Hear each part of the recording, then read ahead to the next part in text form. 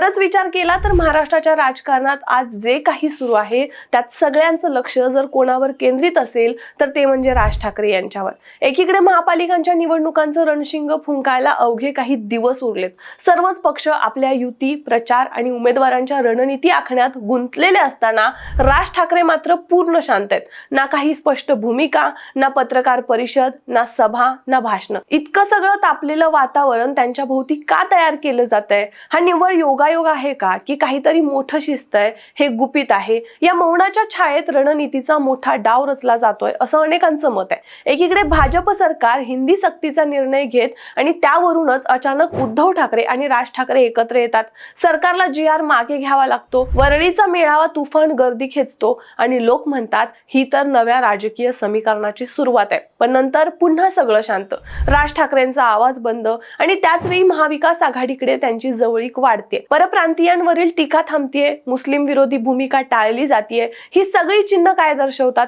साधं उदाहरण घ्या, ठाणे पॅटर्न। जर ठाण्यात काँग्रेस, राष्ट्रवादी शरद पवार गट, शिवसेना उद्धव ठाकरे गट आणि राज ठाकरे एकत्र आले तर हे केवळ स्थानिक समीकरण न राहता संपूर्ण महाराष्ट्रात महायुतीसाठी धोका बनू शकतं। शिंदे गटाचा गड उधळून लावण्याची क्षमता या एकत्रीकरणात आहे। त्यामुळे भाजप आणि शिंदे गट वारंवार राज ठाकरेंना हात पुढे करताय, पण राज ठाकरे अजूनही नो कमेंट मोड मध्ये आहेत। म्हणूनच ही शांतता ही निष्क्रियता नाही तर अत्यंत सावध रणनीती आहे। हे मौन म्हणजे निव्वळ भाष्याचा अभाव नाहीये, तर ते एक राजकीय टायमिंग आहे जिथं योग्य क्षणी योग्य दिशेने हालचाल करून पूर्ण सीन पलटवता येतो। अनेक जण म्हणतायत ही वादळ आधीची शांतता आहे आणि जर हे वादळ आलंच तर त्यात कोणाची पताका उडेल आणि कोणाचा बालेकिल्ला ढासळेल हे पाहणं महत्त्वाचं असणार आहे। राजकारणात नेहमी एक तत्व लागू होतं, जो जास्त गडबड करत नाही तो काहीतरी मोठं करत असतो आणि राज ठाकरे सध्या नेमकं तेच करतायत। त्यांच्या मौनातून उठणाऱ्या लाटा आता लवकरच एका नव्या राजकीय सुनामीत परिवर्तित होणार का,